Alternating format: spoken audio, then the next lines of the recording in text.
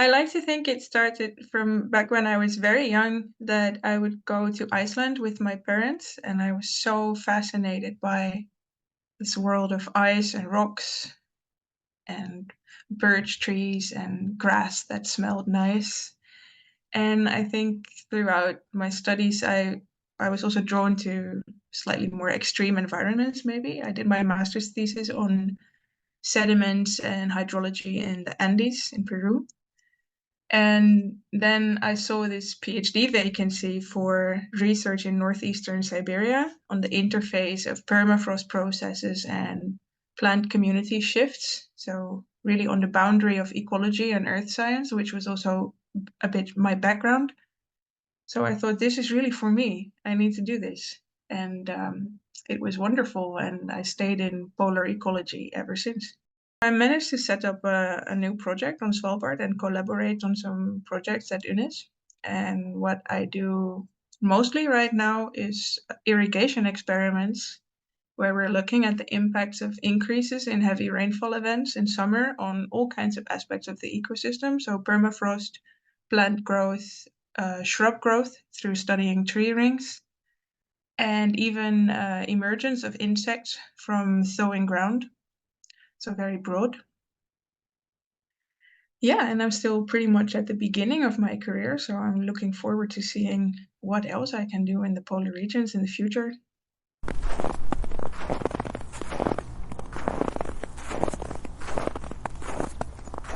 That's a beautiful question, because this is also a question that I get from people a lot, that they're not just interested in the kind of science and the kind of output that we produce as scientists, but also very much interested in what it's like to be there. I find it very beautiful and interesting how polar ecosystems at the same time can be harsh and cold and wet and maybe hostile.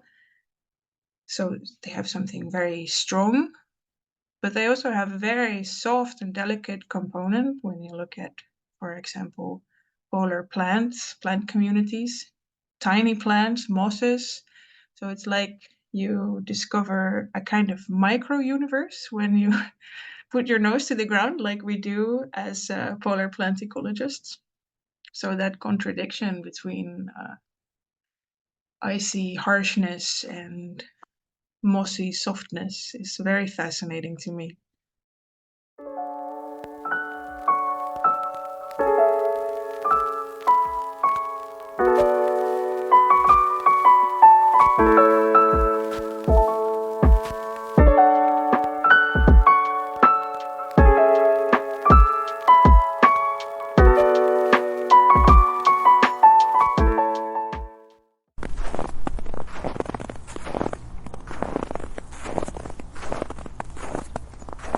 It started during the pandemic when I couldn't go on fieldwork anymore, and I felt so cut off from a place that I had started to really like, to really love. And also, like I said, when people ask about my research, they don't really ask about statistics or p-values or mapping or all kinds of things that we do, but they are really interested to know what it's like there, what does it look like, what does it smell like, what do you eat. So I thought there's kind of personal connection that is always missing when we produce our papers, how we experience those environments as human beings, and something that I was also missing as a person, not being able to go back. So I think it really, yeah, I was always the kind of person that was drawing a lot. My parents are also both artists, so I always had crayons and paint lying around.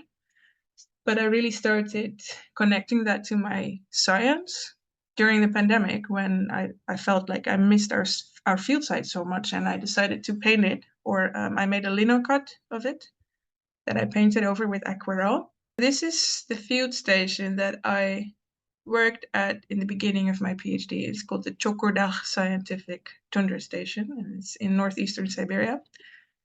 So I just felt if I paint it, then at least I can share that personal connection with the world. And I felt that maybe people would also care more about the future of polar ecosystems and the way that climate change impacts those ecosystems, if they could feel a little bit of that personal connection that people have with a place, if they could relate a little bit better what it's like to be there. So that really triggered it. And then I thought, well, I can do this much more, right? So I don't really look at it as if I'm trying to produce something very impactful or very profound. It's really more of a personal experience that I share, or just things that I find beautiful that I try to share, just to invite other people to also like it. But sometimes it aligns with science very nicely, because as scientists, of course, we also make diagrams, flowcharts, or schematic representations of processes in nature. So there, I think artwork can also really help. So this is something else that I made during my PhD, and this is basically a model of vegetation succession. So it's connected dots that they connect different plants that symbolize a plant community, and it sort of shows how one community can change into other communities. So this is something that can be used to capture successional processes in the field of ecology, but it's also a very nice visual output just for its own sake. And I really like that that came together in that way. And I kind of look at this as a fingerprint of an ecosystem that's not static. It's a fingerprint of how an ecosystem changes or its dynamics.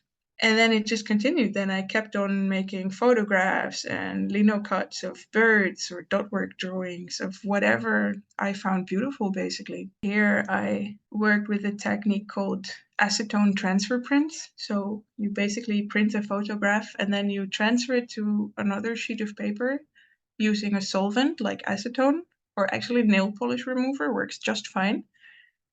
And I felt that it really nicely captured a kind of vagueness, but also a kind of flowiness, almost as if something was melting or dripping. So that also sort of captures that changes and melting or thawing of the cryosphere. So you get this kind of dripping, vague transfers of a photograph.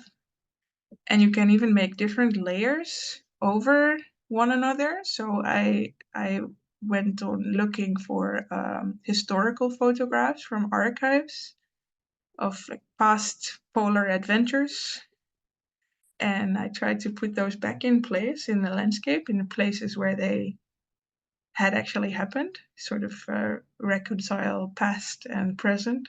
I thought it's very fun.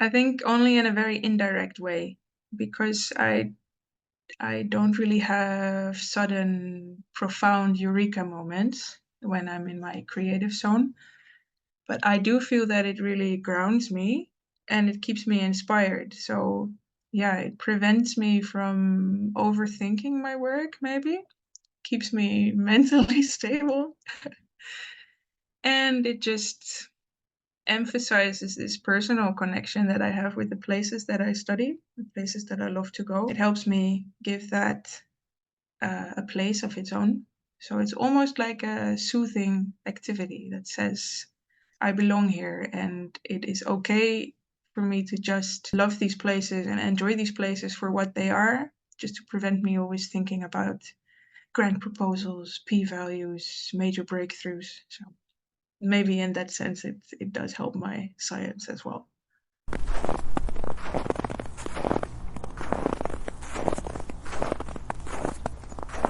I really like printing techniques because I'm not very good at drawing, I think. It's a lovely way of taking something that's already there, taking an image that's already there, and just modifying it and creating different imprints of it. And a funny thing about printmaking techniques is also that they never come out the same, and there are always tiny mistakes or variations that happen, and sometimes that just leads to unexpected cool things. And that's something that I really like about printmaking. This is actually just in the Netherlands.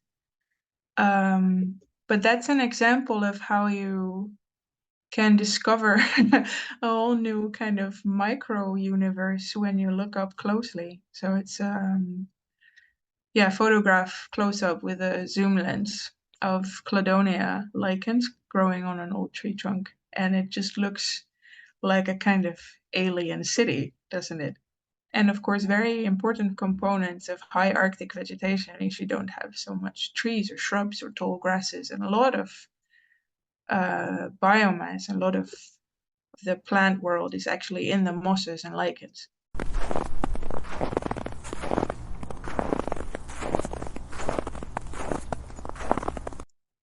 One very distinct memory that I have of going to Iceland when I was a kid was just how different the air smelled there, and everything smelled sort of wet, earthy, icy, grassy. Back at home in the Netherlands, we lived in Amsterdam, and every time we came back from Iceland, it was just also really noticeable how stinky Amsterdam was. There was such a sense of space and adventure and challenge in Iceland.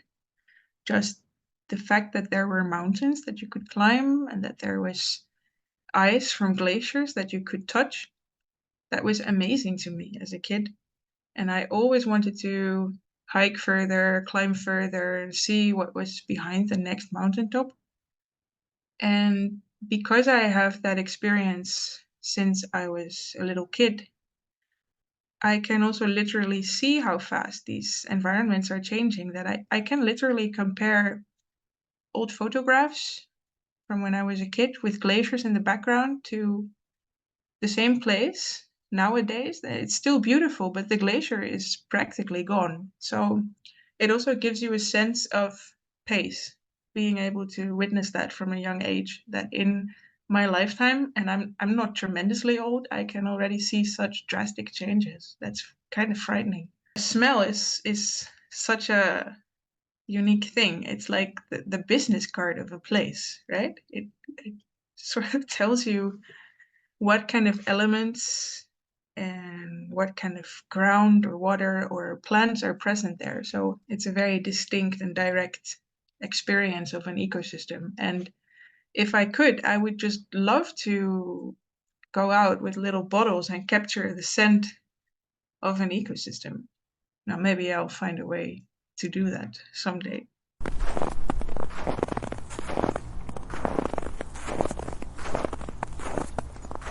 Yeah, definitely. For example, the smell of sulfur that lots of people find awful. I kind of like it because it reminds me of hot water and hot water springs and volcanic processes in Iceland. There are many places there that smell like rotten eggs, basically, that I find very exciting. But if you wouldn't have that connection, I think it would just smell like rotten eggs. Or back in Siberia, where we studied permafrost degradation and a process called thermokarst, which happens when very ice-rich permafrost thaws. When ice bodies in the ground melt, you get local depressions and ponds that, have this typical swampy smell of anaerobic decomposition of organic materials, basically. So it's, a very direct way to experience degradation.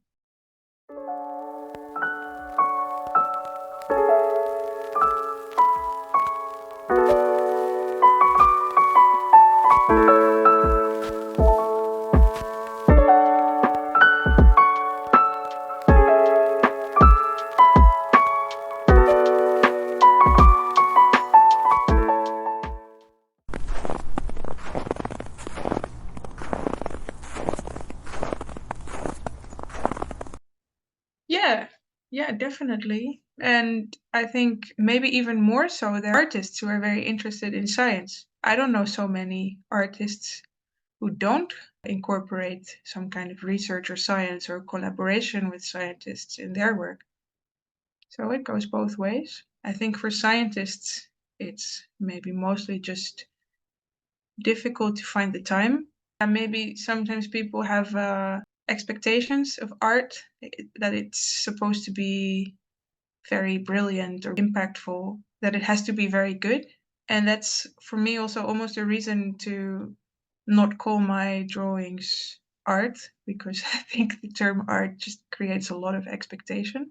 Scientists make all kinds of connections and diagrams and photographs that I think are just wonderful in themselves, and they don't need to be a kind of scientific publication or artwork with a capital A. I think we do creative things all the time, and we gather impressions all the time, and we can just share them as they are. And maybe people will call that art, maybe they won't, but just sharing that creative expression or personal impression is maybe already enough.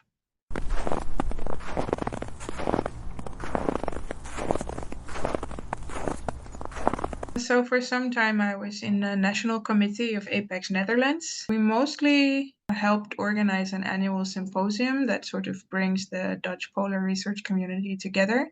So that was together with the polar program of the Dutch Research Council as an annual gathering. There was also just a lot of work behind the screens, like updating our website, because the Apex Netherlands community was quite small, and we were trying to grow it a little bit. And also there were quite a few artists also involved with Apex Netherlands, so that was really wonderful. And nowadays at Wageningen University, I work there as a lecturer. So I teach quite a lot, but I also get some time to carry on my own research. I think I'm sort of slowly becoming one of the go-to people for polar ecology at Wageningen University. So I really try to actively involve master students and sometimes bachelor students in polar research. So this year I'm going to bring 5 students to Svalbard, which is very exciting. I'm going to have a very big team, but I also really like having my collaborations there and being able to bring students to experience polar ecosystems firsthand, but also back at home at the university for students to engage with polar research through other types of research, like analysis of samples that I bring or analysis of satellite images, so that they can work with it in a more hands-on way.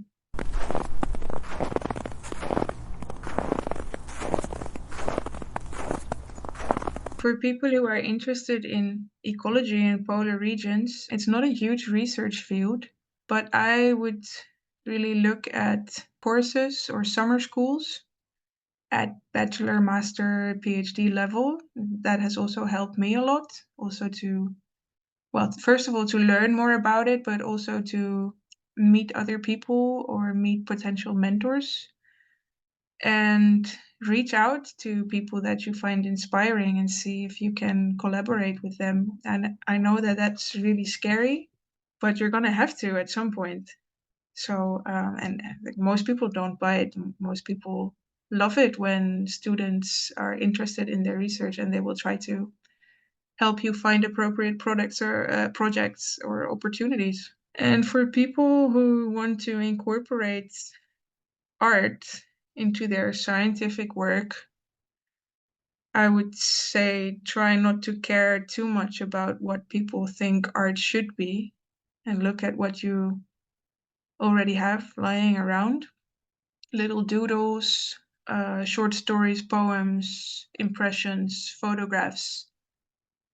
If you find them beautiful, if they mean something to you and you can share that with others, others will probably find that beautiful too, and maybe be grateful for you to share it and inspired to do the same. Don't expect too much, and just write things down, make doodles, make photos.